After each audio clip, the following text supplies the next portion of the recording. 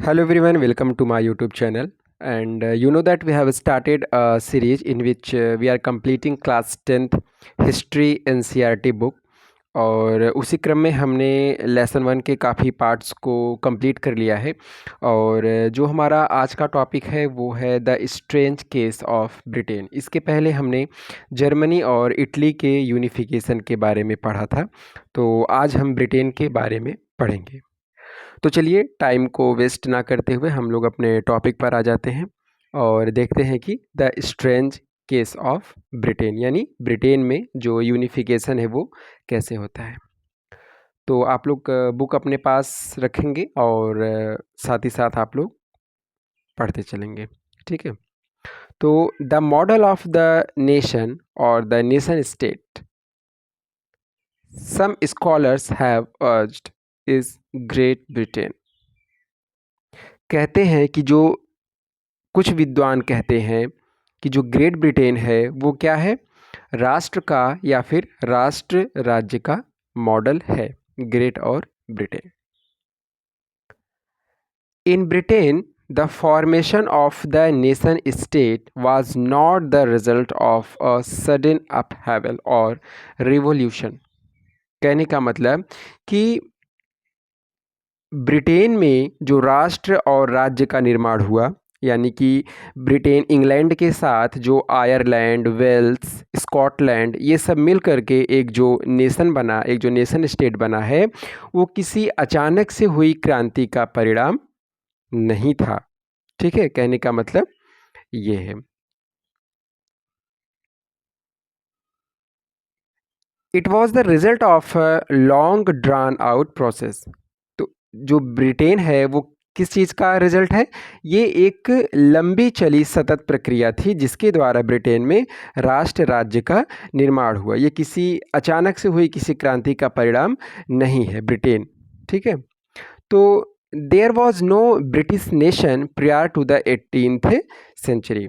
तो कह रहे हैं कि 18वीं शताब्दी से पहले क्या था, there was no British nation, British जैसा कोई राष्ट्र नहीं था। 18th सेंचुरी का मतलब 1700 के आसपास की बात हो रही है। तो उस टाइम पर ब्रिटिश जैसा कोई नेशन नहीं था। तो क्या हो रहा था, the primary identity of the people who inhabited the British Isles, यानी जो लोग उस ब्रिटिश आइलैंड पर रह रहे थे उनकी पहचान क्या थी और उनमें रहने वाले लोग कौन थे, such as English, Wales, Scot या फिर Irish. All of these ethnic groups had their own cultural and political traditions. ठीक है, इनका अलग अलग अपना खुद का एक राजनीतिक परंपरा थी, उनका एक अपना संस्कृति था, अपना एक अलग से कल्चर था। तो ब्रिटिश राष्ट्र जैसा कोई चीज़ वहाँ पर नहीं था 1700 के आसपास। But as the English nation steadily grew in wealth, लेकिन क्या हुआ, जैसे जैसे जो इंग्लैंड है वो क्या हुआ, ग्रीव करने लगा, यानी उसमें प्रॉस्पेरिटी आने लगी in terms of wealth, economic नज़रिए से जैसे जैसे उसमें प्रॉस्पेरिटी आने लगी। इम्पोर्टेंस एंड पावर, यानी जैसे जैसे उसके पास वेल्थ आने लगा तो उसका जो इम्पोर्टेंस है, महत्व है, वो समाज में बढ़ने लगा, उसका पावर बढ़ने लगा।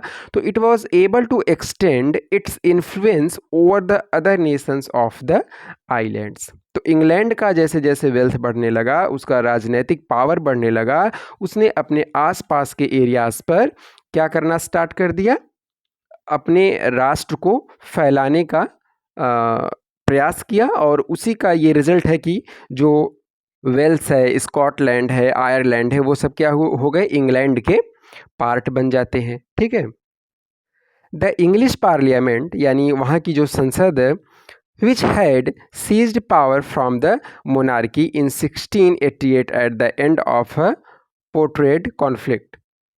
तो 1688 में क्या होता है कि जो इंग्लिश पार्लियामेंट होती है, जो वहाँ की संसद होती है, वो seize power from the monarchy, यानी राजतंत्र से वो जो संसद है उसने पावर को छीन लिया। वाज द इंस्ट्रूमेंट, यानी यह एक ऐसा तरीका था थ्रू विच जिसके द्वारा अ nation state with England at its centre, यानी ब्रिटेन में जो इंग्लैंड है वो केंद्र में था और राजतंत्र से इसने सत्ता को 1688 में छीन करके came to be force a nation state, और जो इंग्लैंड है वो राष्ट्र राज्य बन जाता है 1688 में। फिर क्या होता है, द एक्ट ऑफ यूनियन 1707, 1707 में एक एक्ट ऑफ यूनियन होता है बिटवीन इंग्लैंड एंड स्कॉटलैंड। ठीक है, इंग्लैंड और स्कॉटलैंड के बीच में एक्ट ऑफ यूनियन होता है 1707 में। ये एक एग्रीमेंट टाइप का that resulted in the formation of the United kingdom of great Britain. ठीक है, तो 1707 में क्या होता है, इंग्लैंड और स्कॉटलैंड के बीच एक एग्रीमेंट साइन होता है जिसको कहा गया द एक्ट ऑफ यूनियन। और जो इंग्लैंड है वो फिर उसका नाम बदल करके क्या हो गया, नाम नहीं, इसको United kingdom of great Britain भी कहते हैं जब हम इंग्लैंड के साथ स्कॉटलैंड को भी शामिल कर लेते हैं। ठीक है, तो इसको कहते हैं United kingdom of great Britain. meant in effect that England was able to impose its influence on Scotland। तो जाहिर सी बात है कि जब स्कॉटलैंड जो है वो इंग्लैंड के साथ मिल गया तो इंग्लैंड ने अपने इन्फ्लुएंस को, अपने प्रभाव को स्कॉटलैंड के ऊपर थोपना स्टार्ट कर दिया। The British parliament was henceforth dominated by its English members। तो जो ब्रिटिश पार्लियामेंट है उसमें कौन लोग थे, अंग्रेज सांसद, उनका दबदबा था, उनका प्रभुत्व तो ज़्यादा था वहाँ पार्लियामेंट में, तो उनकी ज़्यादा चलेगी जिनके मेंबर ज़्यादा होंगे। The growth of a British identity meant that Scotland's distinctive culture and political institutions were systematically suppress. यानी जब हमने देखा कि जो ब्रिटिश आइडेंटिटी है उसका दबदबा बढ़ जाता है, संसद में उसके मेंबर ज़्यादा हो जाते हैं, तो वो लोग क्या करते हैं, स्कॉटलैंड का जो कल्चर है, उनके जो राजनीतिक संस्थान हैं, उनको वो लोग सप्रेस करना स्टार्ट कर देते हैं, उनको दबाना शुरू कर देते हैं और चाहते हैं कि पूरे आइलैंड पर हमारा जो कल्चर है, हमारे जो ट्रेडिशन है उसको फॉलो किया जाए, चारों तरफ हमारा दबदबा कायम हो जाए। The Catholic clans that inhabited the Scottish highlands. तो आप लोग जानते हैं कि जो क्रिश्चियन होते हैं उसमें वैरायटीज़ होती है, जिसमें आपके कैथोलिक आते हैं, प्रोटेस्टेंट आते हैं। तो वही कह रहे हैं कि जो कैथोलिक लोग थे जो वहाँ पे स्कॉटलैंड में रहते थे उनको अंग्रेज़ों के द्वारा दबाया गया। The Catholic clans that inhabited the Scottish highlands, जो लोग स्कॉटलैंड में रहते थे कैथोलिक क्रिश्चियन लोग, वे लोग क्या हुए, सफ़र किए। ठीक है, प्रॉब्लम हुआ उन लोगों को। Terrible repression whenever they attempted to assert their independence, जब भी वे लोग खुद को आज़ाद करना चाहते थे, अपने कल्चर को, अपने ट्रेडिशन को फॉलो करना चाहते थे, तो अंग्रेज़ों ने क्या किया, उसको दबाने का प्रयास किया। The Scottish Highlanders were forbidden to speak their Gaelic language, और उनको बोला गया कि आपकी जो, इसको हाईलाइट कर लेंगे आप लोग, गैलिक लैंग्वेज कहाँ का है, ये स्कॉटलैंड का है, तो उनको इसलिए रोका गया कि आप लोग गैलिक भाषा नहीं बोलेंगे, अंग्रेजी बोलिए, तो उनको गैलिक लैंग्वेज बोलने से रोका गया। और वियर देयर नेशनल ड्रेस, और उनको किस चीज़ से रोका गया कि आप जो है अपने कल्चरल कपड़ों को नहीं पहन सकते हैं, जो हमारी पोशाक है उसको धारण करो। And large numbers were forcibly driven out of their homeland, और बहुत सारे लोगों को क्या किया गया, उनके घर से बेघर कर दिया गया, जो लोग इनकी बात को नहीं मानते थे, अंग्रेज़ों की बात को जो लोग नहीं मानते थे। ऐसा ही कुछ हुआ आयरलैंड के साथ। Ireland suffered a similar fate, उसके साथ भी स्कॉटलैंड जैसा बर्ताव अंग्रेज़ों के द्वारा किया गया। It was a country deeply divided between Catholic and Protestant, जैसा कि हमने आपको बताया कि जो ईसाई होते हैं वे लोग डिफरेंट टाइप्स के होते हैं, जिनमें होता है कैथोलिक और प्रोटेस्टेंट। तो अभी आपने देखा कि कैथोलिक लोगों को जो अंग्रेज़ है वो दबाते हैं। तो the English help the Protestants of Ireland to establish their dominance over a largely Catholic country। तो जो अंग्रेज हैं वो प्रोटेस्टेंट्स की मदद करते हैं और कैथोलिक लोगों को आयरलैंड में भी दबाने का प्रयास करते हैं। Catholic revolt against British dominance were suppressed, तो कैथोलिक लोगों ने क्या किया, अंग्रेजों के खिलाफ क्रांति करना स्टार्ट कर दिया, लेकिन ब्रिटिशर्स के द्वारा उसको दबा दिया गया, सप्रेस कर दिया गया। After a failed revolt led by Wolfe Tone, ठीक है।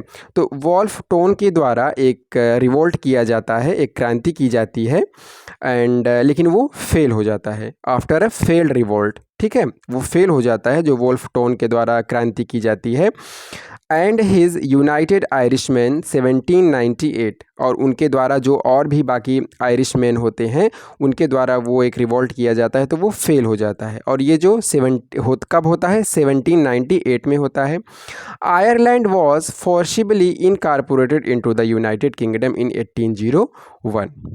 ठीक है, तो अभी जैसा कि स्कॉटलैंड इसका पार्ट बना था, आगे चल कर के आयरलैंड भी 1801 में इसका हिस्सा बन जाता है।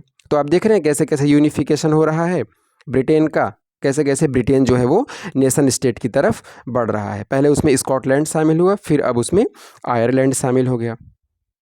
फिर क्या हुआ, a new British nation was forge through the propagation of a dominant English culture, और एक ब्रिटिश नेशन का फॉर्मेशन किया जाता है और प्रचार प्रसार किया जाता है अंग्रेजी संस्कृति का उसके द्वारा।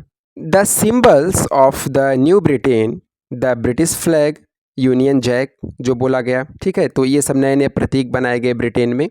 द नेशनल एंथम, उनका एक राष्ट्रगान हुआ जिसका बोल है God save our noble king. ठीक है, तो ये इनका नेशनल एंथम हो गया। The English language were actively promoted, यानी इनको बढ़ावा दिया गया अंग्रेज़ों के द्वारा।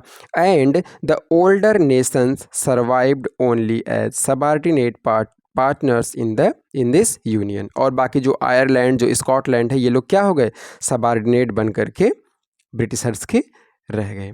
ठीक है, तो हमने देखा कि ब्रिटिश जो है वो राष्ट्र राज्य कैसे बनता है। इसके पहले हमने जर्मनी और इटली के बारे में देखा था। तो इस वीडियो में फ्रेंड्स हम इतना ही रखते हैं, बाकी थोड़ा सा और बचा है उसको हम अगले वीडियो में कवर करेंगे।